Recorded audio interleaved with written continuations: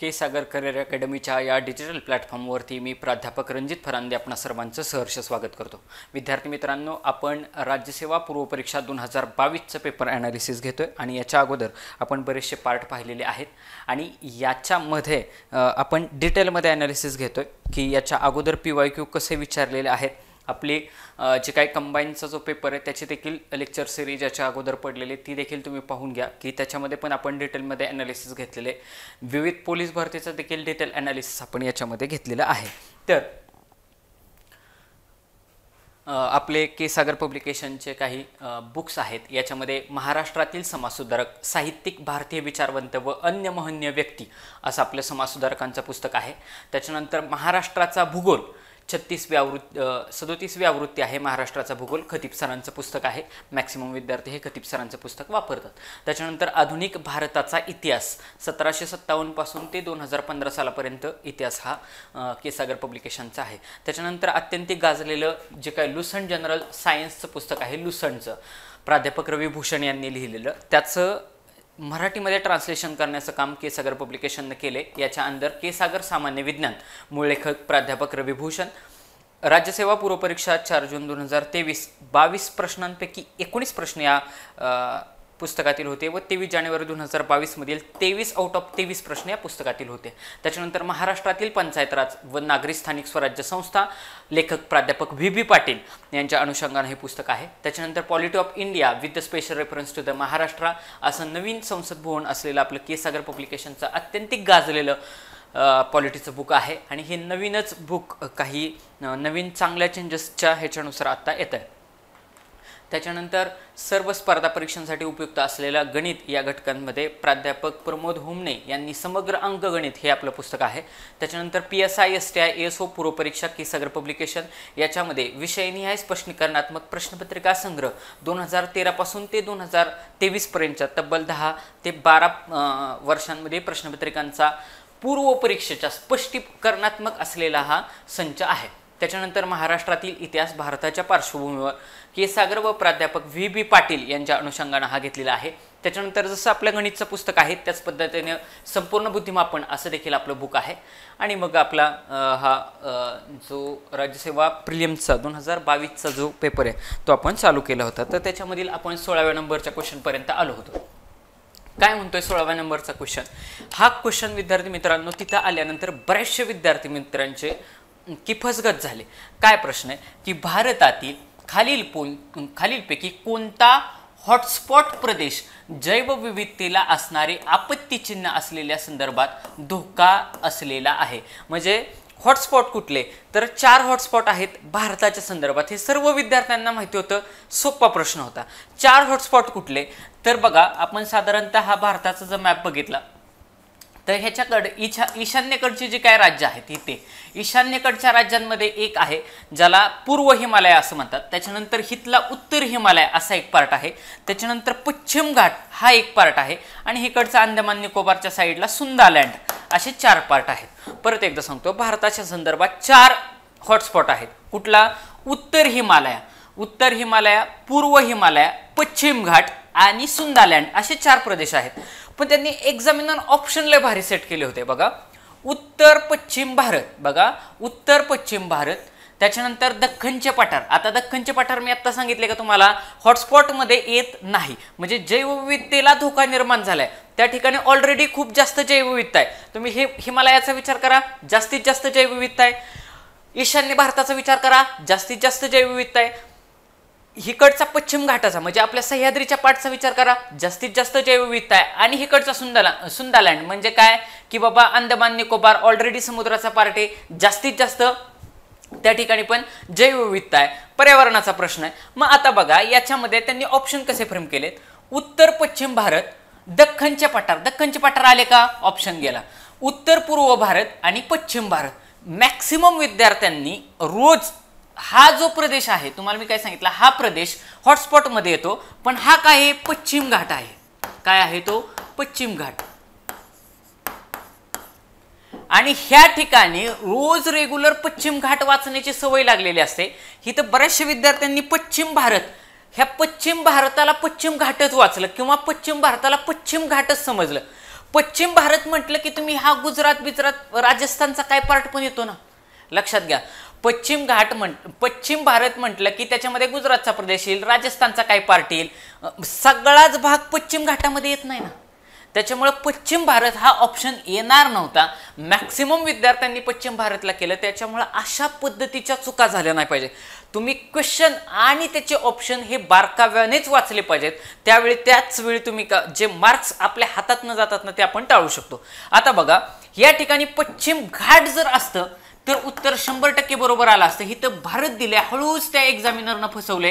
त्याच्यामुळे असल्या शब्दांकडे बारकाव्यानं लक्ष द्यायचं. आता बघा, ह्या दोन ऑप्शन मध्ये सिमिलॅरिटी बघा, हे दोन ऑप्शन सारखे सारखे दिसत आहेत का नाही. उत्तर पश्चिम भारत आणि उत्तर पूर्व भारत. बघा, उत्तर पश्चिम भारत आणि उत्तर पूर्व भारत. मग तुम्हाला मी आत्ताच सांगितलं ना, हा उत्तरेचा पार्ट आहे आणि हा पूर्व हिमालयाचा पार्ट आहे. ईशान्येकडचा भाग म्हणजे पूर्व साईडचा भाग आहे. म्हणजे हा उत्तर पश्चिम तर ही साईड आहे, पश्चिम तर येऊ शकत नाही. तुम्हाला मी इथं सांगितलं की पश्चिम बाजू येणारच नाही, त्याच्यामुळे पश्चिम बाजू येणारच नाही. म्हणून ह्या प्रश्नाचं उत्तर सरळ सरळ काय राहील, उत्तर पूर्व भारत राहील. उत्तर पूर्व भारत म्हणजे काय, ही जी काय आपली ईशान्येकडची राज्य आहेत ह्या बाजूला आपला पूर्व हिमालय आपण म्हणतो, बरोबर का नाही. पूर्व हिमालयाचा हा पार्ट आहे. म्हणजे पूर्व हिमालयाच्या या बाजूकडे पण जैवविविधता जास्त आहे, धोका निर्माण होण्याचे जास्त आहे आणि हॉटस्पॉट मध्ये तो येतो. त्याच्यामुळं उत्तर तर ऑलरेडी तुम्हाला मी हे सांगितलं की उत्तरेकडे सरळ सरळ हिमालय आहे. त्याच्यामुळं पूर्व हिमालय आणि उत्तर हिमालय यालाच उत्तर पूर्व भारत असं त्यांनी म्हटलंय. आणि ह्या दोन ऑप्शन मध्ये जास्तीत जास्त सिमिलॅरिटी दिसत होते. 1 आणि 3 मध्ये जर तुमचं कन्फ्युजन झालं असतं तर मॅक्सिमम 3च्या ठिकाणी उत्तर असण्याचे चान्सेस होते. या अँगलनं देखील तुम्ही या प्रश्नाच्या अचूक उत्तरापर्यंत पोहोचू शकला असता. आता नीट बघा, स्पष्टीकरण ह्याच्यामध्ये दिलेले की पश्चिम घाट हा हॉटस्पॉट. बघा, पश्चिम घाट म्हटलं हो इथं, पश्चिम घाट हा हॉटस्पॉट दक्षिण उत्तर असा आहे, बरोबर ना. असा दक्षिण उत्तर पश्चिम घाट आहे ना आपला. भारताचा जर विचार केला की सपोज असा भारत आहे तर हा असा पश्चिम घाट असा हित आहे. म्हणजे तो कसा आहे, दक्षिण उत्तर असा आहे. केरळ पासून महाराष्ट्रापर्यंत पसरलेलं हे घनदाट वन अरण्याचा पट्टा आहे. दुसरं काय की पूर्व हिमालयाचा हॉटस्पॉट. बघा, पूर्व हिमालयाचा हॉटस्पॉट कुठे आहे, भारतातील ईशान्येकडील राज्ये आणि भूटान यामध्ये पसरलेला आहे. बघा, पूर्व हिमालयाचा हॉटस्पॉट हा भारतातील ईशान्येकडील राज्य आणि भूटान यांच्यामध्ये आहे. अशा पद्धतीनं ह्याचं डिटेलमध्ये एक्सप्लेनेशन झालेलं आहे. आपले जे काय राज्यसेवा पूर्व परीक्षेचा जो काय पेपर असलेला बुक आहे त्याच्यामधून हे संदर्भ साहित्य घेतलेले आहेत. म्हणजे शांत डोक्याने जरी विचार केलेला असतं की ऑलरेडी क्वेश्चन त्याच्यावरती विचारला होता. आयोगाने पर्यावरणाच्या अंडर म्हणजे एन्व्हायरमेंटच्या अंडर ऑलरेडी त्याच्यावरती क्वेश्चन विचारलेत की बाबा 4 भारतातले असलेले हॉटस्पॉट सांगा. मग 4 तर आपल्याला माहिती आहे, उत्तर हिमालय, पूर्व हिमालय, पश्चिम घाट आणि सुंदालँड हे 4 हॉटस्पॉट आहेत. मग उत्तर हिमालय म्हणजे फक्त हिमालय असं धरा, उत्तरेकडे. पूर्व हिमालयाच्या बाजूला कुठली, ईशान्येकडचे राज्य, पश्चिम घाट आणि इकडे सुंदालँड. पश्चिम घाट हा पश्चिम भारत नव्हे, एवढं गोष्ट लक्षात ठेवण्यासारखी आहे. मॅक्सिमम विद्यार्थी या ठिकाणी फसलेले. त्याच्यामुळं मी तुम्हाला एक सजेस्ट करेल की ज्यावेळी तुम्ही क्वेश्चन पेपर सॉल्व्ह करत असतात त्यावेळेस राज्यसेवेचा पेपर सॉल्व्ह करत असताना तुम्ही जास्तीत जास्त शांत राहणं खूप जास्त इम्पॉर्टंट आहे. कारण त्या ठिकाणी मॅक्सिमम वेळ आहे, तुम्हाला 2 तास वेळ आहे. त्याच्यामुळे असले हातातला मार्क जाता कामा नये. म्हणजे इथं 2 मार्क तर जाणार, वरती तुम्हाला 0.50 ची पेनल्टी पडणार. म्हणजे -2.50 म्हणजे -2.5 मार्क वजा होणार. त्याच्यामुळे असली पेनल्टी परवडत नाही. आता बघा, 17 नंबरचा क्वेश्चन आहे. 17 नंबरचा क्वेश्चन आहे. काय 17 नंबरच्या क्वेश्चन मध्ये म्हटलंय की खालीलपैकी प्रवाळ रांगांची वैशिष्ट्ये कोणती. वैशिष्ट्ये कोणती म्हणजे जास्तीत जास्त वैशिष्ट्ये असणार ना, विधान बरोबर कुठलं. इथं अ ब क ड मध्ये जर तुम्ही बघितलं इथं फक्त 3 दिसतंय. सरळ सरळ हा ऑप्शन एलिमिनेट होतो. कारण वैशिष्ट्य विचारले, एक वैशिष्ट्य विचारले का अनेक वचनी क्वेश्चन आहे, त्याच्यामुळं उत्तर आलं असतं. आता बघा, प्रवाळ रांगा, प्रवाळ खडक म्हणजे आपल्याला प्रवाळ रांगा एवढं तर म्हटलं की बेसिक त्याचं काय सांगतं की हे कुठे आहेत, समुद्राच्या पाण्यात आहेत, बरोबर का नाही.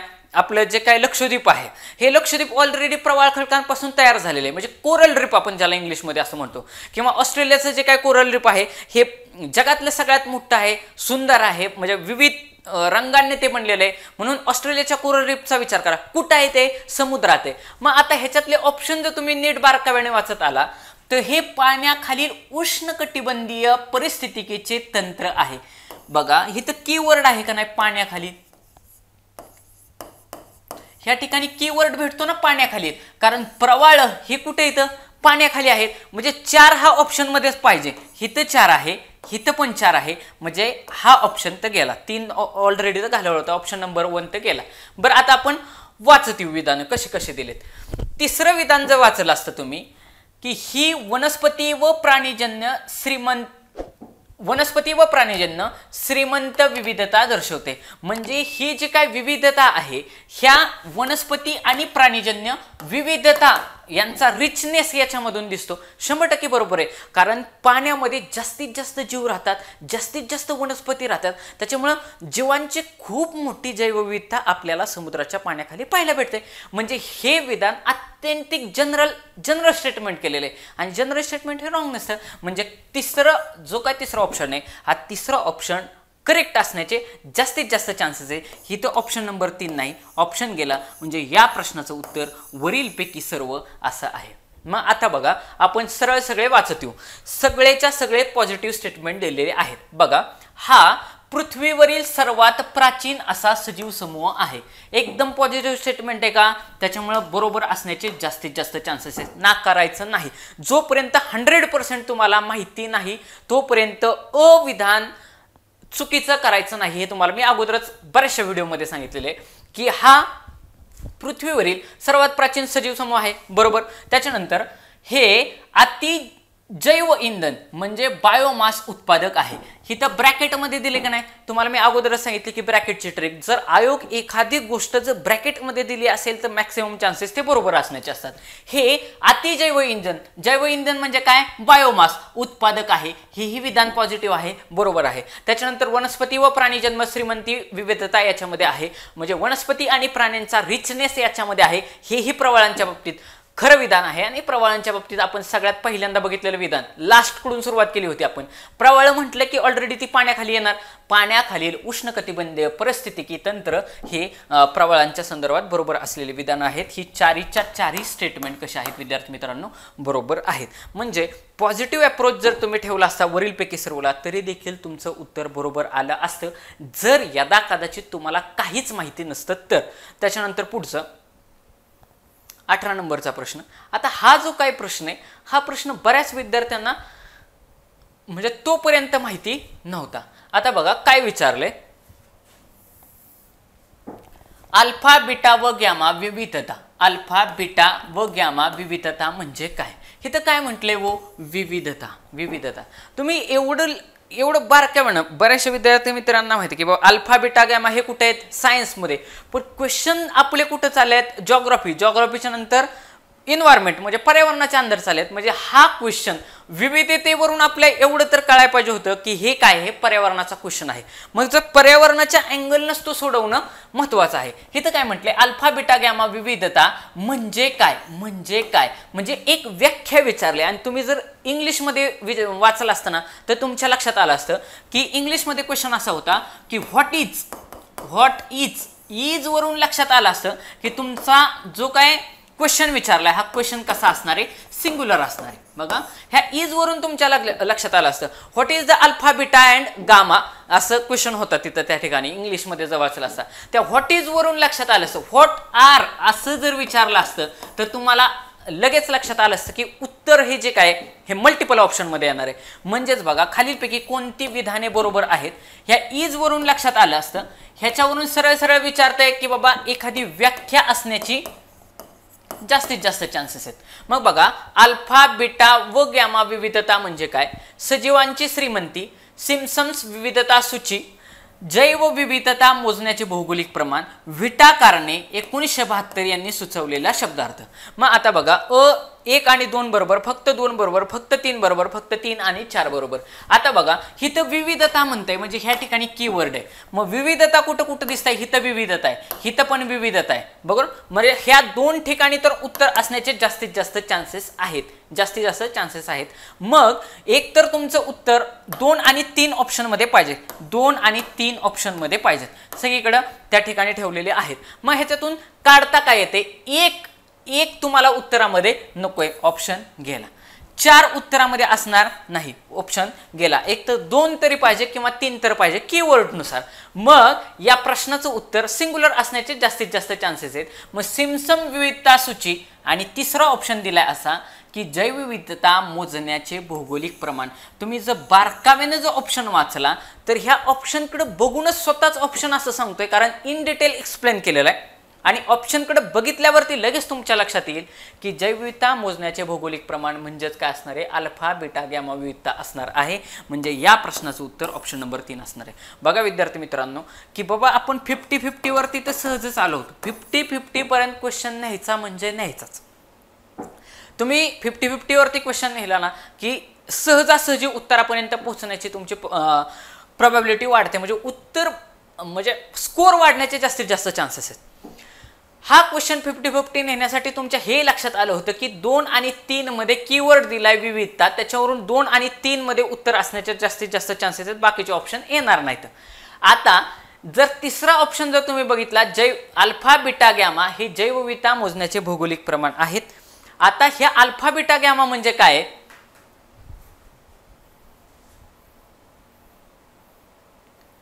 तर मग अल्फा बीटा गॅमा कशाला म्हणायचं, आपलं स्पष्टीकरणाचं बुक आहे त्याच्यामध्ये स्पष्टीकरणामध्ये लिहिलंय बघा की प्रजातींच्या विविधतेचे मापन करण्यासाठी प्रजातींची जी काही समृद्ध आहे ही समृद्धता मापदंड म्हणजे समृद्धता मोजायची कशी, ह्याच्यासाठी अल्फा बीटा ह्या समृद्धता वापरल्या. टोटल 4 समृद्धता आहे. बघा नीट ऐका, टोटल 4 आहेत, फक्त 3च नाही. तर उद्या क्वेश्चन पुढे जाऊन विचारला जाऊ शकतो की बाबा ही जी काही समृद्धता मोजली जाते, हे समृद्धता किती ह्याच्यात मोजले जाते का, 3 पॅरामीटर मध्ये मोजले जाते का, अल्फा बीटा आणि गॅमा मध्ये मोजले जाते का, तर नाही, टोटल 4 पॅरामीटर मध्ये मोजले जाते. बघा याच्यामध्ये हे बघा प्रजातींच्या समृद्धता हे 4 प्रकारे केले आहेत. कुठल्या कुठल्या, स्थलीय समृद्धता, अल्फा समृद्धता, बीटा समृद्धता आणि गॅमा समृद्धता. मग स्थलीय समृद्धता कशाला म्हणायचं, अल्फा कशाला म्हणायचं, बीटा कशाला म्हणायचं आणि गॅमा कशाला म्हणायचं. स्थलीय समृद्धता म्हणजे एकाच ठिकाणी किती प्रजाती आढळून येतात त्यांची संख्या. बघा स्थलीय समृद्धता म्हणजे एखाद्या ठिकाणी असं समजा की पश्चिम घाट आहे, की पश्चिम घाट एक ठिकाण झालं की त्या ठिकाणी प्रजातींची किती संख्या आढळून येते ती झाली स्थलीय. अल्फा म्हणजे काय की अल्फामध्ये छोट्या एकजिन्सी म्हणजे एकाच प्रकारच्या क्षेत्रामध्ये किती प्रकारच्या प्रजाती आढळून येतात त्याला अल्फा म्हणायचं. म्हणजे अल्फामध्ये छोटा एकजिन्सी किंवा एकाच प्रकारच्या क्षेत्रामध्ये, म्हणजे तुम्ही उष्ण प्रदेश धरला तर उष्ण प्रदेशातले सगळे, थंड प्रदेश धरला तर थंड प्रदेशातले सगळे, पाण्याखालचे धरले तर सगळे पाण्याखालचे, खाऱ्या पाण्यातले धरले सगळे खाऱ्या पाण्यातले, गोड्या पाण्यातले धरले सगळे गोड्या पाण्यातले, एकाच प्रकारच्या क्षेत्रामध्ये पाहिजेत ते. कशात, एकाच प्रकारच्या क्षेत्रामध्ये जी काही समृद्धता दिसून येते त्याला अल्फा म्हणतात. मग बीटा कशाला म्हणायचं, बीटा समृद्धता म्हणजे निरनिराळ्या आश्रय असणाऱ्या स्थानांमध्ये. हा शब्द फार जास्त महत्वाचा आहे बीटाच्या संदर्भात. बघा अल्फाच्या संदर्भात एकजिन्सी म्हणजे काय, एकाच प्रकारच्या ह्याच्यामध्ये दिसायला पाहिजे, परंतु बीटाच्या ह्याच्यामध्ये तो जो काय आश्रय आहे वेगवेगळ्या प्रजातींनी केलेला हा निरनिराळ्या ह्याच्यामध्ये केलेला असला पाहिजे. म्हणजे बीटा समृद्धता म्हणजे निरनिराळ्या आश्रयस्थानामध्ये प्रजातीच्या घटकामध्ये असलेला बदलाचा वेग म्हणजे काय असते, बीटा समृद्धता असते. म्हणजे बीटा समृद्धता म्हणजे विविध परिस्थितीमधील प्रजातींची विविधता होय. ओके, प्रजातींची विविधता ही वेगवेगळ्या ठिकाणची. आणि त्याच्यानंतर चौथा प्रकार तो म्हणजे गॅमा. गॅमा समृद्धतामध्ये मोठ्या क्षेत्रामध्ये, बघा मोठ्या क्षेत्रामध्ये बदलाचा वेग हा गॅमा वैविध्यता म्हणजे निरनिराळ्या परिस्थितीमधील एकूण विविधतेचे मापन होय. म्हणजे मोठ्या क्षेत्राच्या संदर्भात हा गॅमा आहे. बघा सोपे सोपे कीवर्ड आपण लक्षात घेऊ. सोपे सोपे कीवर्ड लक्षात घ्यायचं म्हटलं तर बघा स्थलीय म्हणजे काय, एकाच ठिकाणी, स्थलीयच्या संदर्भात एकाच ठिकाणी, स्थलीय म्हटलं एकाच ठिकाणी. त्याच्यानंतर अल्फा म्हटलं की एका प्रकारच्या क्षेत्रामध्ये, बघा अल्फा म्हटलं की एका प्रकारच्या क्षेत्रामध्ये, बीटा म्हटलं की निरनिराळ्या ठिकाणी आणि गॅमा म्हटलं की मोठ्या क्षेत्राच्या संदर्भात. एवढं लक्षात ठेवायचं. बघा परत एकदा सांगतो, गॅमा म्हटलं की मोठ्या क्षेत्राच्या संदर्भात, बीटा म्हटलं की वेगवेगळ्या ठिकाणी निरनिराळ्या ठिकाणी, अल्फा म्हटलं की एकाच प्रकारच्या क्षेत्रामध्ये आणि स्थलीय म्हटलं की काय की बाबा त्या स्थळामध्ये त्या ठिकाणी जी काही विविधता दिसून येते असे 4 प्रकार केलेले आहे. पर्यावरणाचा इकॉलॉजी अँड एन्व्हायरमेंट केसागर पब्लिकेशनचं जे काही बुक आहे त्याच्यामध्ये हा पार्ट कव्हर केलेला आहे. 19 नंबरचा क्वेश्चन.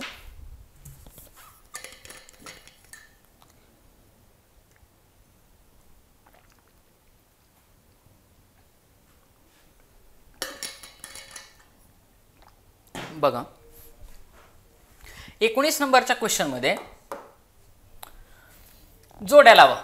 ऑलरेडी हा PYQ आयोगानं विचारलेला आहे. ऑलरेडी विचारलेला आहे. PYQच्या बेसिसवरती 100% सुटणारा क्वेश्चन होता. काय विचारले? राज्य आणि अभयारण्य आयोगाचा आवडता पॅटर्न आहे. त्याच्यामुळे ज्यावेळेस तुम्ही राज्यसेवेचा अभ्यास करता किंवा आता कंबाईनमध्ये पण भारताच्या भूगोलाला वेटेज दिलेलं आहे. मागचे जर 2023चा कंबाईनचा पेपर बघितला तर 23च्या ह्याच्यामध्ये 5 प्रश्न भारताच्या भूगोलावरती होते. म्हणजे टोटल 10 प्रश्न भूगोलावरती, त्यातील 5 महाराष्ट्राच्या भूगोलावरती, 5 भारताच्या भूगोलावरती. मग भारताच्या भूगोलाचा अभ्यास करत असताना तुम्हाला महत्त्वाची अभयारण्य, राष्ट्रीय उद्याने, महत्त्वाची धरणे ही तुम्हाला माहिती असायला पाहिजेत. राज्य आणि अभयारण्य, राज्य आणि राष्ट्रीय उद्याने, त्याच्यानंतर राज्य आणि धरणे माहिती असायला पाहिजे. मग आता बघा क्वेश्चन विचारलाय. ह्या ठिकाणी राज्य दिलेत, इकडे दिलेत अभयारण्य. आंध्र प्रदेश, महाराष्ट्र, पश्चिम बंगाल, गोवा. महाराष्ट्र दिले का नाही, म्हणजे महाराष्ट्राची जोडी सगळ्यात पहिल्यांदा लावायची. महाराष्ट्र इथे दिसले राधानगरी, सगळ्यांना माहिती आहे राधानगरी धरण कुठे आहे? कोल्हापूरमध्ये. मग र ला 1, इथं र ला 3 ऑप्शन गेला, र ला 2 ऑप्शन गेला, र ला 1, र ला 1 राहिले 2. आलो 50-50 वरती. 50-50 वरती जर आलो तर क्वेश्चन सोडवूनच यायचा आणि सोप्या कॅटेगरीतला आहे. त्याच्यानंतर आंध्र प्रदेश आता ह्या ठिकाणी लगेच दिसतंय य ला 3. बघा य ला 3 सरळ कारण त्यांनी आयोगानं जुळवून दिले. आंध्रला काय पुलिकत आहे. म्हणजे जरी तुम्हाला माहिती नसतं, बघा जरी माहिती नसतं तरी लॉजिकली पण सॉल्व्ह करता आलं पाहिजे. कारण बघा ज्यावेळेस आपण हे बघतो, भारत बघतो, ह्या भारताचं बघितल्यानंतर भारताचे तुम्हाला 3 आपल्याकडं सरोवर आहेत बरोबर. हितं आणि हितं. चिल्का, कोल्लेरू आणि पुलिकत ही अशी क्रमानं असणारी सरोवर आहेत आपल्या कुठं पूर्व किनारपट्टीवरती. बघा पूर्व किनारपट्टीवरती आपली महत्त्वाची असलेली 3 सरोवर आहेत. आणि लक्षात कसं ठेवायचं, ही 2 अक्षरे आहे. बघा ही 2 अक्षरे आहे, हे 3 अक्षरे आहे आणि हे 4 अक्षरे आहे. 2 अक्षरी, 3 अक्षरे आणि 4 अक्षरी. चिल्का, कोल्लेरू आणि पुलिकत. चिल्का, कोल्लेरू आणि पुलिकत. म्हणजे बघा आपल्याला दिले काय ऑप्शन मध्ये पुलिकत दिले. बघा पुलिकत दिले. आणि ह्या बाजूला असणारी राज्य कुठली? आंध्र प्रदेश आहे, तामिळनाडू आहे, ही ह्या साईडला असणारी पूर्व किनारपट्टी. ओडिसा, आंध्र, त्याच्यानंतर तामिळनाडू ही पूर्व किनारपट्टीवरती आपले राज्य आहेत. आपण जर राज्य इकडे बघितले तर ऑप्शन मध्ये आंध्र प्रदेश दिसतंय, महाराष्ट्र पश्चिम किनारपट्टीवरती, पश्चिम बंगाल वरच्या बाजूला आहे आणि गोवा इकडे पूर्व किनारपट्टीवरती. म्हणजे ही 2 येण्याचा तर काही संबंध येत नव्हता. म्हणजे पश्चिम बंगाल की आंध्र प्रदेश. पश्चिम बंगाल तर ऑलरेडी कुठे ह्या साईडला वरती आहे पश्चिम बंगाल. चिल्का, कोल्लेरू, पुलिकत एकदम तळात आहे. म्हणजे सरळ पुलिकतला कोणती जोडी लागणार आहे? पुलिकतला आंध्र प्रदेशची जोडी लागणार आहे. ऑलरेडी लॉजिकली जरी तुम्ही विचार केला असता, चिल्का, कोल्लेरू, पुलिकत कुठे आहे? पूर्व किनारपट्टीला. म्हणजे पूर्व किनारपट्टीवरती असलेलं राज्य पाहिजे ना. मग पूर्व किनारपट्टीवरती असलेलं राज्य कुठले? आंध्र प्रदेश. दुसरं कुठलं आहे? पश्चिम बंगाल. पश्चिम बंगाल हे वरच्या साईडला आहे ना. पश्चिम बंगाल हा थोडं ईशान्येकडे टच व्हायला जाते ना. म्हणजेच काय, पश्चिम बंगाल येणार नाही, आंध्र प्रदेश हे पुलिकतला जाईल. शिवाय पुलिकत हे एकदम दक्षिणेकडे दिसते ना. उद्या जर विचारलं ह्या सरोवरांचा उत्तरेकडून दक्षिणेकडे क्रम लावा तरी काय, सरळ 2, 3, 4 चिल्का, कोल्लेरू आणि पुलिकत. बरोबर मध्ये काय आहे? कोल्लेरू आहे. ओके. आणि ह्याच्यावरती ह्या टॉपिकवरती ऑलरेडी आयोगानं कंबाईनला वगैरे क्वेश्चन विचारलाय. ऑलरेडी PYQ विचारलेला आहे, IMP पार्ट आहे. ओके. आता पुढे बघा, ह्या 2 जोड्या तर लावल्या. र ला 1 म्हणजे र ला राधानगरी, र ला आणि य ला आंध्र प्रदेश पुलिकत हे लावलं. परंतु तरी देखील क्वेश्चन 100% सुटत नव्हता. एक तर तुम्हाला ऑप्शन नंबर 3, बघा ऑप्शन नंबर 3 किंवा ऑप्शन नंबर 4 मध्ये उत्तर नेणं गरजेची गोष्ट होती. जर विद्यार्थी मित्रांनो जर तुम्हाला हे सुटलं नसतं तर तुम्हाला मी अगोदरच सांगितलंय मॅक्सिमम प्रेफरन्स कशाला द्यायचा? ऑप्शन नंबर 3 ला द्यायचा, 4 ला द्यायचा नाही. कारण 4 ला एक्झामिनर चौथा ऑप्शन हा काहीतरीच एकदम असं फालतू टाईप मध्ये सेट करण्याची जास्तीत जास्त प्रोबॅबिलिटी असते. बाबा चल ठीक आहे बाबा, चौथा ऑप्शन काहीतरी आपण सेट करू या पॅरामीटर मध्ये. म्हणजे ऑप्शन नंबर 3 ला जास्तीत जास्त उत्तर असण्याचे जास्तीत जास्त चान्सेस आहे. ह्या अँगलनं देखील त्या विद्यार्थ्याचं बघा, आपण 3 आणि 4 मध्ये आलो होतो, त्या 3 आणि 4 नुसार ह्या 2 मध्ये आपण कन्फ्यूज होतो, ह्याच्यानुसार देखील आपलं ऑप्शन नंबर 3 उत्तर आलं असतं. आता बघा लॉजिकली सॉल्व्ह करण्याचा प्रयत्न करू. आंध्र प्रदेश पुलिकत झालं, महाराष्ट्र राधानगरी झालं, मग पश्चिम बंगाल जर तुम्ही ऑलरेडी बघितलं तर ऑलरेडी हिथं आयोगानं PYQ विचारलेला आहे. PYQ विचारलेला आहे, एकदम बेसिक भूगोलाच्या पुस्तकामध्ये पण माहिती आहे. पश्चिम बंगालला काय हो, जलदापारा. पश्चिम बंगालला काय आहे, जलदापारा आहे. आणि गोव्याला काय आहे, गोव्याला भगवान महावीर आहे. गोव्याला काय आहे, भगवान महावीर आहे. आणि आता हा चार्ट तुमचा पाठ असणं आवश्यक आहे. आणि झाला ना पाठ. महाराष्ट्र राधानगरी, महाराष्ट्र म्हटलं राधानगरी, आंध्र प्रदेश म्हटलं की पुलिकत, पश्चिम बंगाल म्हटलं की जलदापारा आणि गोवा म्हटलं की भगवान महावीर. झालं पाठ. मग आता ह्या ठिकाणी असे क्वेश्चन ज्यावेळेस विचारतात तर ही बोनस मार्क असतात. अशा पद्धतीचे क्वेश्चन कसेच चुकता कामा नये. आता आपण ह्याचं एक्सप्लेनेशन बघू. मग वेगवेगळी भारताच्या ह्याच्यामध्ये असलेली इम्पॉर्टंट असलेली अभयारण्य कुठली कुठली आहेत त्याच्यावरती देखील उद्या आयोग फिरवून प्रश्न विचारू शकतं की बाबा अभयारण्य इम्पॉर्टंट कोणती आणि ते कोणत्या राज्यात आहेत. तर पेरियार हे हत्तींच्या संदर्भात असलेलं ऑलरेडी इथं आयोगाने PYQ विचारलंय. IMP चार्ट आहे. पेरियार अभयारण्य कुठं आहे तर ते आहे केरळमध्ये. कुठं आहे, केरळमध्ये. पेरियार कुठं आहे, केरळमध्ये. कशासाठी आहे ते तर हत्तींसाठी. बघा जे काय आपली दक्षिणेकडची म्हणजे साऊथ साईडचे जे काही राष्ट्र आहेत दक्षिणेकडचे, तर त्या दक्षिणेकडे बघा तुम्ही जर यूट्यूबला वगैरे व्हिडिओ पाहिला तर त्याच्यामध्ये काय दिसतं की बाबा जे वेगवेगळे हत्ती तर त्या हत्तींवरती त्या देवांची मिरवणूक म्हणजे हत्तीला खूप जास्त प्राधान्य दिलं जातं. म्हणजे देवाचा जे काय वेगवेगळे तुम्ही वेगवेगळ्या देवांच्या तिथल्या मिरवणुका बघितल्या तर त्या देवांच्या मिरवणुका बघितल्यानंतर तुमच्या लगेच लक्षात येईल की बाबा हत्तीला जास्तीत जास्त प्राधान्य दिलं जातं. त्याच्यामुळं पेरियार कुठे आहे, केरळमध्ये. आणि ते कशासाठी राखीव आहे तर हत्तीसाठी. गीर अभयारण्य सगळ्यांनाच माहिती आहे सिंहासाठी प्रसिद्ध आहे आणि कुठं आहे, गुजरात या ठिकाणी आहे. ओके, म्हणजे गीर अभयारण्य गुजरातमध्ये आहे, सिंहासाठी आहे. त्याच्यानंतर राधानगरी आत्ताच आपण बघितलं कोल्हापूरमध्ये आहे, गव्यासाठी प्रसिद्ध आहे कोल्हापूर. बघा राधानगरी, गवे, कोल्हापूर. त्याच्यानंतर मेळघाट अभयारण्य वाघासाठी प्रसिद्ध आहे, अमरावती. सगळेच्या सगळे हे प्रश्न ऑलरेडी आयोगानं विचारलेले आहेत. त्याच्यानंतर देऊळगाव रेहकुरी अभयारण्य कायविटासाठी प्रसिद्ध आहे. कुठं आहे, अहमदनगर, महाराष्ट्र. त्याच्यानंतर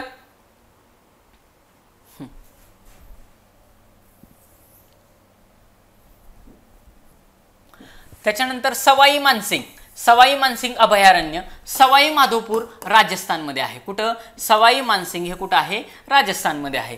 त्याच्यानंतर नल सरोवर, बघा नल सरोवर हे पक्षी अभयारण्य आहे. बघा नल सरोवर हे पक्षी अभयारण्य आहे आणि हे अहमदाबाद, गुजरातमध्ये आहे. बरं का, लक्षात ठेवा, अहमदाबाद, गुजरातमध्ये आहे. त्याच्यानंतर काराकोरम ऑलरेडी आपली वरती काराकोरम रांगे हिमालयामध्ये म्हणजे कुठं असणार, लेह, लडाखमध्ये आहे. कुठं आहे, लडाखमध्ये आहे. घटप्रभा ही नदीचं नाव आहे बघा, त्याच्यावरून घटप्रभा पक्षी अभयारण्य आहे. कुठं आहे, कर्नाटकमध्ये आहे.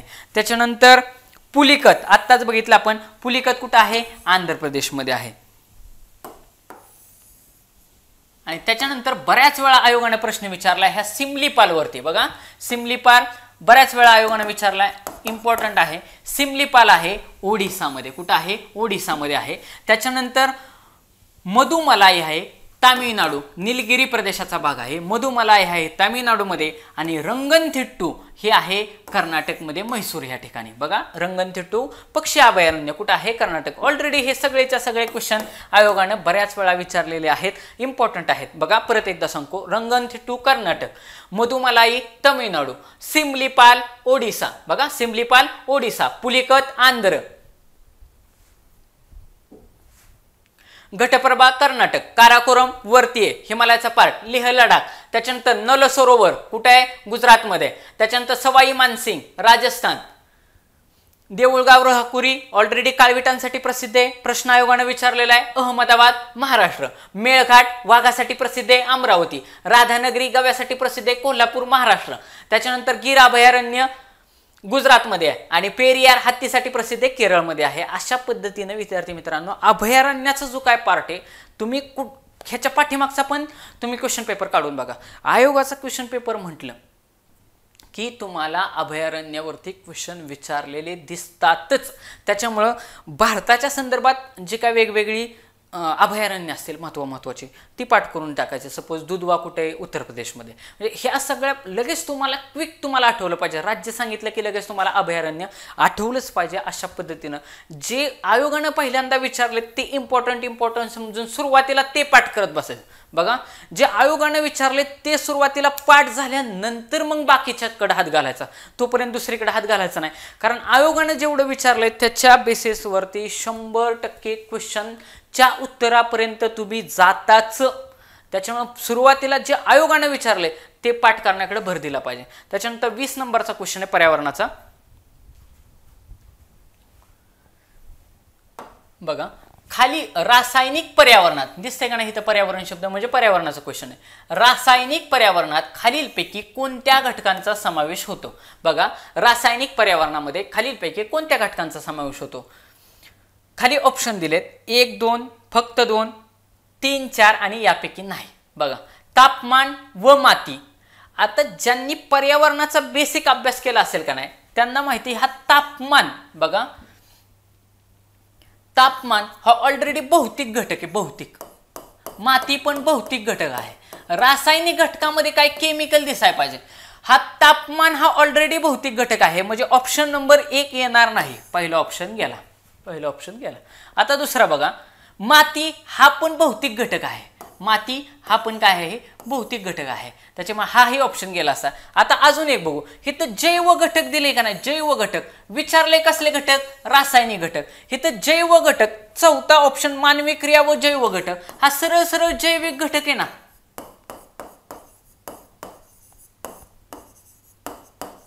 म्हणजे आपले 3 प्रकारचे घटक आहेत. भौतिक घटक, रासायनिक घटक आणि जैविक घटक. पर्यावरणाचा अभ्यास ज्यांनी केला त्यांच्या लगेच लक्षात येईल. बघा, आपल्याकडे 3 प्रकारचे घटक आहेत. भौतिक, रासायनिक आणि जैविक. जैविक मध्ये काय येणार व आपण माणूस आहे. त्याच्यानंतर वनस्पती. म्हणजे जी ती घटक दिसतात ते कशामध्ये येतात, वनस्पती असेल. आणि इथं ऑलरेडी हा जैविक हा कीवर्ड दिलाय ना. हा कीवर्ड ऑलरेडी ह्या ठिकाणी जैव घटक ह्या ठिकाणी कीवर्ड दिलेला दिसतो. म्हणजे ऑप्शन नंबर 4 तर कसाच येणार नाही. कारण विचारलंय रासायनिक, इथं म्हणते जैव घटक. ऑप्शन गेला. 2 ऑप्शन तर गेले. आलो 50-50 वरती. म्हणजे उत्तर येण्याच्या आपण जवळ आलो. आता 2 नंबरचा घटक आहे. 2 नंबर काय म्हणते, जल आणि माती. मग तुम्हाला मी काय म्हटलं की तापमान, माती हे कसले घटक आहे, तो ऑलरेडी भौतिक घटक आहे. आणि या प्रश्नाचं उत्तर त्याच्यामुळे काय राहील, यापैकी नाही असं राहील. यापैकी नाही या प्रश्नाचं उत्तर राहील. कारण तुम्हाला विचारले काय की रासायनिक पर्यावरणाचे घटक कुठले, रासायनिक पर्यावरणाचे विचारले. मग रासायनिक पर्यावरणामध्ये तापमान आणि माती हे भौतिक घटक आहेत. कीवर्ड नुसारच तुम्ही एक ऑप्शन सहज इलिमिनेट केला असता, तो म्हणजे कुठला, ऑप्शन नंबर 4. ऑप्शन नंबर 4 मध्ये काय दिले की जैविक घटक. हा कीवर्डच आहे. जर जैविक घटक हा ऑलरेडी इथं दिलाय, इथं म्हणते रासायनिक घटक, तर 4 नंबरचा ऑप्शन तर ऑलरेडीच गेला असता. म्हणजे ज्याच्यामध्ये 4 येतो तो ऑप्शन कसाच गेला असता. तापमानावरून तर हा पहिला ऑप्शन उडवलाच होता. ह्या 2 मध्ये उत्तर असण्याचे जास्तीत जास्त पॉसिबिलिटी होते. पण तुम्ही 2 नंबरचा घटक बघितला असता तर माती हा भौतिक घटक आहे. माती हा भौतिक घटक आहे. आणि त्या लॉजिकनं तुम्ही ह्या प्रश्नाच्या योग्य उत्तरापर्यंत पोहोचू शकला असता. 21 नंबरचा प्रश्न इकॉनॉमिक्सचा प्रश्न आहे. आता बघा,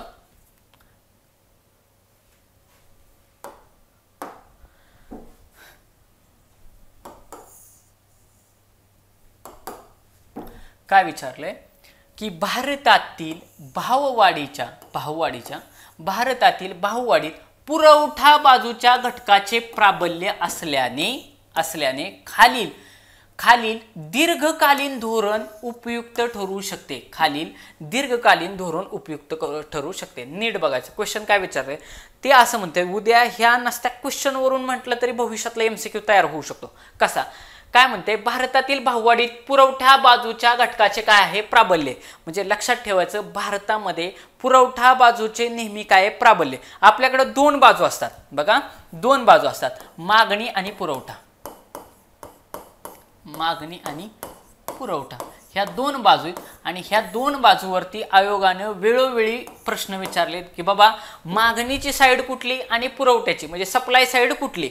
मागणी म्हणजे डिमांड साईड कुठली, मागणी आणि पुरवठा अशा दोन बाजू असतात ज्याच्यानुसार काय ठरत असते, भाववाढ ठरत असते. मग ह्याच्यात काय म्हणताय की बाबा भारतातील जी काही भाववाढ होत असते ह्या भारतातील भाववाढीत पुरवठा बाजूच्या घटकाचे नेहमीच काय प्राबल्य असल्याचे दिसून येते. म्हणजे एवढ्या लाईनवरती म्हटलं तरी तुम्हाला क्वेश्चन उद्या भविष्यामध्ये फ्रेम होऊ शकतो की भारताच्या भाववाढीत नेहमी पुरवठा बाजूचे काय प्राबल्य.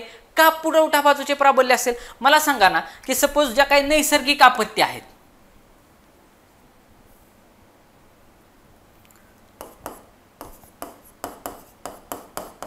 नैसर्गिक आपत्ती म्हणजे काय की सपोज पूर आला, बघा पूर आला, दुष्काळ पडला, दुष्काळ पडला तर ही नैसर्गिक आपत्ती आहे. म्हणजे असं समजा की पूर आला, कोल्हापूरला पाठीमागं पूर आला होता, सगळी शेतीच वाहून गेली, म्हणजे मॅक्सिमम शेती वाहून गेली, गुरंढोरं वाहून गेली. मग त्या कोल्हापूरमधून जे काही दुधाचं सप्लाय इकडे मुंबईला वगैरे पुण्याला होत होता, सप्लाय घटला, पुरवठा बाजू, मग ह्या पुरवठा बाजूवरती परिणाम झाला, म्हणजे पुरवठाच कमी व्हायला लागला, परिणामी दुधाच्या किमती वाढल्या, झालं का नाही. म्हणजे जे काही नैसर्गिक आपत्ती, एकदम बेसिक उदाहरणानुसार इकॉनॉमिक्स वरती पुढे जायचं. नैसर्गिक आपत्ती आली, कुठली आली, पुराची आली, कुठं आली, कोल्हापूरला आली, समजून जायचं, सगळ्यांना माहिती आहे कोल्हापूरला पूर आला होता. मग ह्या कोल्हापूरला पूर आल्यानंतर मॅक्सिमम गुरंढोरं वाहून गेली, एवढ्या दिवस पूर होता, लोकांना जेवायला नव्हतं तर गुरांना काय खायला घालणार, जनावरांना काय खायला घालणार ना, मॅक्सिमम शेती वाहून गेली. मग शेती वाहून गेल्यानंतर ही पुरवठा, असं समजा की एखाद्या ठिकाणी दुष्काळच पडला तर अन्नधान्याचं उत्पादनच झालं नाही, असं समजा की दुष्काळ पडला, बाजरीच झाली नाही. आता बाजरी जी मार्केटमध्ये येणार होती त्या मार्केटमध्ये येणाऱ्या बाजरीचं प्रमाण कमी झालं, म्हणजे मार्केटला येणाऱ्या बाजरीचा पुरवठा काय झाला, कमी झाला, परिणामी बाजरीच्या किमती काय होणार, वाढणार. म्हणजे पुरवठा बाजू काय करत असते, भाववाढीला चालना देत असते. त्याच्यामध्ये कुठला घटक येतो, नैसर्गिक आपत्ती, पूर आला, दुष्काळ आला. मग आता ह्याच्यामध्ये हे काय म्हणतंय की पुरवठ्याची जी काय बाजू आहे, मागणीची बाजू काय असते, बघा मागणीची बाजू, आता इथं पॉईंट आलाय तर सांगून टाकतो. मागणीच्या बाजूमध्ये सगळ्यात मेजर गोष्ट येते ते म्हणजे लोकसंख्या वाढ. जर लोकसंख्या वाढ झाली तर जास्तीत जास्त लोक काय करतील, डिमांड करतील. म्हणजे घेणारे हात वाढले की बट ऑब्वियस काय होणार, एखाद्या किमतीची मागणी वाढली की त्याची किंमत काय होणार, वाढणार.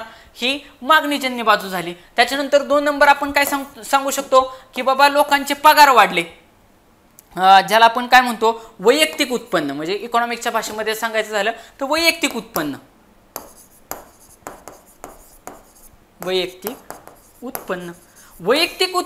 जर वाढ झाली, असं समजा तुमचा पगार 20,000 रुपये होता, तुम्ही IT सेक्टरला कामाला लागला आणि तुमचा पगार 80,000 झाला, असं समजा.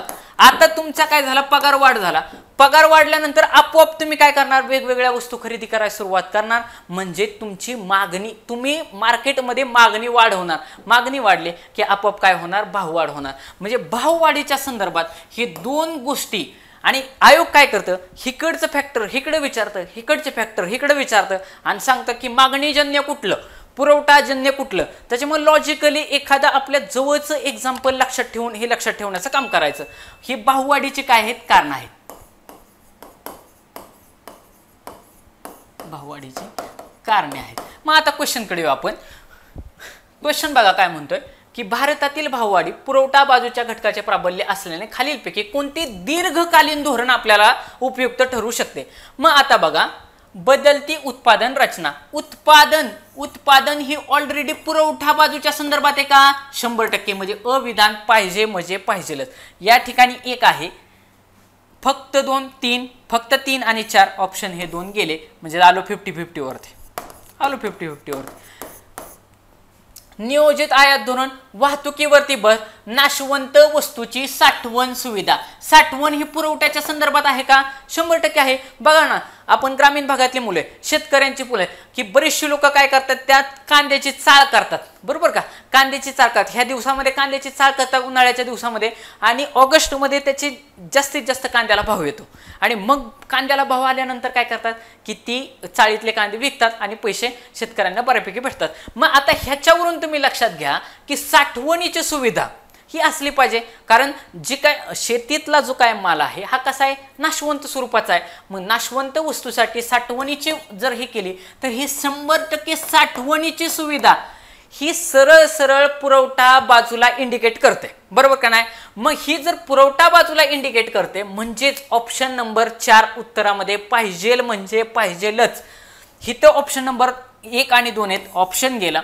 2 आणि 3 आहेत, ऑप्शन गेला. हिथं 4 आहे पण ऑलरेडी आपल्याला ऑप्शन 1 तर पाहिजे, हिथं 4 आहे म्हणजे सरळ सरळ या प्रश्नाचं उत्तर वरीलपैकी सर्व राहील. आणि इकॉनॉमिक्समध्ये विद्यार्थी मित्रांनो माझं ऐकून घ्या, एक ट्रिक अशी आहे की बाबा जास्तीत जास्त तुमचा कल वरीलपैकी सर्व उत्तर असण्याकडे ठेवा, कारण ब्रॉड अँगलने इकॉनॉमिक्समध्ये विचार करायचा की बाबा हे असू शकतं. मग आता तुम्ही नीट विचार करा, आपल्याला धोरण कसं पाहिजे हो, दीर्घकालीन धोरण पाहिजे. बघा दीर्घकालीन धोरण पाहिजे, दीर्घकालीन धोरण पाहिजे तर दीर्घकालीन धोरणमध्ये ऑप्शन वाचतो, बदलती उत्पादन रचना करू शकतो आपण. नियोजित आयात धोरण, नियोजन हे दीर्घकालीन असणार आहे का नाही, 100% बरोबर वाटतंय. त्याच्यानंतर वाहतुकीवरती भर, दीर्घकालीनवरती वाहतुकीवरती आपण सुधारणेवरती भर देऊ शकतो, 100% योग्य वाटतंय. आणि चौथा ऑप्शन बघा, नाशवंत वस्तूसाठी साठवणूक, हे डायरेक्ट जरी ऑप्शन नंबर 4 ला आला असताना, डायरेक्ट ऑप्शन नंबर 4 ला आणि चौथा ऑप्शन व्यवस्थित वाचला असता की बाबा मला पुरवठा बाजू विचारते, हिथं साठवण म्हणते, म्हणजे चौथा ऑप्शन असण्याची जास्तीत जास्त गरजच आहे. ह्या उत्तरामध्ये ऑप्शन नंबर 4 पाहिजे, हिथं 4 नाही, हिथं 4 नाही, हिथं 4 आहे आणि हिथं 4 आहे, तरी लगेच तुम्ही 50-50 वरती आलास. म्हणजे 50-50 ऑप्शनकडे जाण्याचा तुमचा जास्तीत जास्त काय पाहिजे विद्यार्थी मित्रांनो, भर पाहिजे. मग आता या ठिकाणी बघा की भाववाढीची वेगवेगळी कारणे या ठिकाणी दिलेली आहेत. भाववाढीची कारणे, भाववाढ कधी कधी होऊ शकते, खाजगी खर्चात वाढ झाली. तुम्हाला तुम्ही ऑलरेडी सांगितले की सपोज तुमचं वैयक्तिक उत्पन्न जर वाढलं तर 100% काय होणार, मागणीमध्ये वाढ होणार आणि भाववाढ होणार. 20,000 पगार आहे तर तुमचा 80,000 पगार झाला की लगेच तुम्ही खरेदी करायला सुरुवात करणार. वैयक्तिक उत्पन्न वाढलं म्हणजे उत्पन्न वाढलं, लोकसंख्या वाढली की तरी मागणारी हात वाढणार म्हणजे भाववाढ होणार. काळा पैसा, काळा पैसा हा नेहमी काय करत असतो, पांढऱ्या पैशाची जागा घेतो. काळा पैसा म्हणजे काय की अचानक सपोज तुमच्याकडे लाखभर रुपये कुठल्या तरी त्या मार्गाने आले, लगेच तुम्ही काय करणार, फ्रीज घेणार, वॉशिंग मशीन घेणार, कूलर घेणार. मागणी वाढली, बट ऑब्वियस मागणी वाढली की आपोआप एखाद्या गोष्टीची काय होत असते, किंमत वाढत असते. म्हणजे त्याच्यावरून काळा पैसा काय करत असतो, मार्केट फुगवत असतो. ऑप्शन नंबर 4 काय दिले, करांमध्ये कर कमी करणे, कर कमी करणे. नीट बघा, गव्हर्नमेंट काय करत असतं, वेगवेगळे टॅक्स आकारत असतं. जर टॅक्स कमी केले, बघा टॅक्स जर कमी केले तर लोकांच्या हातात पैसे शिल्लक राहतील. बघा टॅक्स वाढवले तर सपोज असं समजा की आता मला साधारणतः 1 लाख रुपये टॅक्स बसतोय, असं समजा काही वेळासाठी 1 लाख रुपये टॅक्स बसतोय आत्ता सध्या कंडिशनला. जर टॅक्स कमी केले, बघा टॅक्स कमी केले, जर मला जिथं 1 लाख रुपये टॅक्स भरायचा आहे तिथं मला 50,000 रुपये टॅक्स भरावा लागेल. बघा जिथं मला 1 लाख रुपये टॅक्स भरायचा आहे तिथं मला 50,000 रुपये टॅक्स भरावा लागेल. तर त्या ठिकाणी माझे किती रुपये वाचले हो, 50,000 रुपये माझे वाचले.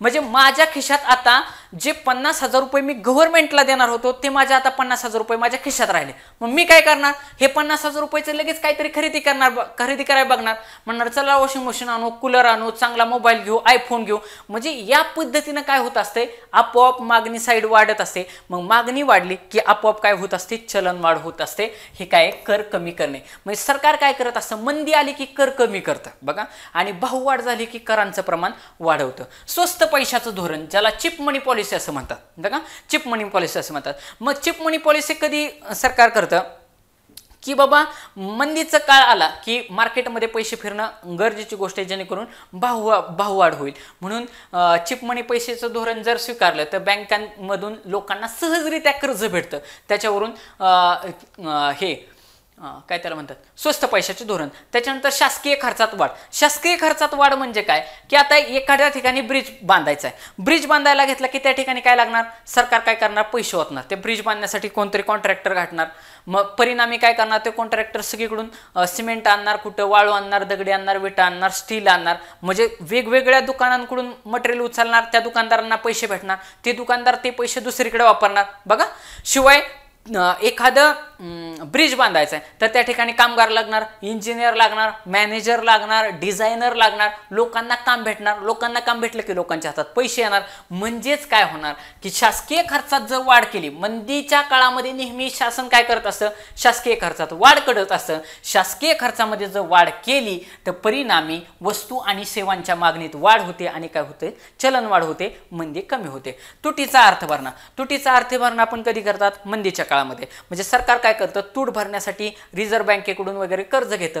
ते कर्ज घेतल्यानंतर पैसे सरकारकडे येतात आणि त्याच्यानुसार सरकार काय करतं, पैशाचा पुरवठा वाढतो, परिणामी चलनवाढ होत असते किंवा इकॉनॉमीला चालना भेटत असते. निर्यातीत वाढ, निर्यातीत वाढ केल्यानंतर बट ऑब्वियस काय भेटत असतात, पैसे जास्तीत जास्त येत असतात, वस्तूची टंचाई निर्माण होते, त्यामुळे पुरवठा मागणीपेक्षा ही अतिरिक्त आहे. नैसर्गिक आपत्तीच्या संदर्भात मी मगाशी सांगितलं की नैसर्गिक आपत्ती आली तर पुरवठ्यावरती काय होतं, त्याचा विपरीत परिणाम होतो. औद्योगिक कलह, बघा औद्योगिक कलह लक्षात घ्या. औद्योगिक कलहामध्ये काय की कलहामुळे वेगवेगळे लोक काय करतात, संप करतात, टाळेबंदी करतात.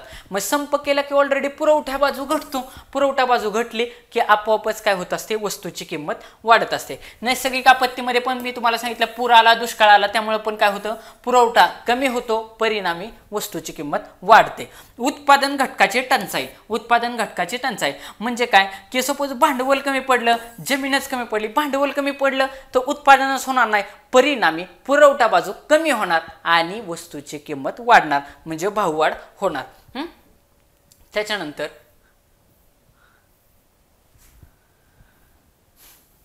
एकतर्फी उत्पादन म्हणजे फक्त चैनीच्याच वस्तूचे उत्पादन घेतले तरी पण भाववाढ होण्याचे जास्तीत जास्त. अपुरी औद्योगिक वाढ म्हणजे अपुरी औद्योगिक वाढ झाली तरी देखील तुटवडा निर्माण होतो. कृषी उत्पादनातील चढ उतार म्हणजेच काय होतं की कृषी उत्पादन काही वेळे एकाच प्रकारच्या पिकांचं भरघोस उत्पादन घेतलं जातं. म्हणजे बघा सोयाबीनला रेट आले की मॅक्सिमम काय करतात, सगळे शेतकरी सोयाबीनच लावतात, पुढच्या वर्षी सोयाबीनचे रेटच पडतात. म्हणजे कृषी उत्पादनातील चढ उतार हा पण काय असतो, वस्तूतील भाववाढीवरती महत्वाचा फॅक्टर ठरत असतो. साठेबाजी आपण बघतो वेगवेगळे व्यापारी काय करतात, साठेबाजी करतात. साठेबाजी केल्यामुळं की त्यांना नफा जास्तीत जास्त मिळावा ह्या उद्देशाने ते साठेबाजी करतात. परिणामी पुरवठा कमी होतो, मार्केटमधला पुरवठा कमी होतो, त्याच टायमिंगला मागणी वाढते, परिणामी त्या वस्तूची किंमत वाढते, म्हणजेच भाववाढ होते, चलनवाढ होते. अशा पद्धतीनं आपलं जे काही इकॉनॉमिक्सचं पुस्तक आहे त्याच्यामधून हा चार्ट घेतलाय. विद्यार्थी मित्रांनो, आपण अशा पद्धतीनं एकाच क्वेश्चनचा मॅक्सिमम सगळ्या पॉईंटच्या कव्हरनं विचार करतोय. आता तुम्हाला मी चलनवाढीचे पण वेगवेगळे मुद्दे सांगितले. तुम्हाला जर हे व्हिडिओ आवडले तर नक्की लाईक करा, तुमच्या विद्यार्थी मित्रांपर्यंत शेअर करा, की सागर करिअर अकॅडमीला सबस्क्राईब करा. धन्यवाद.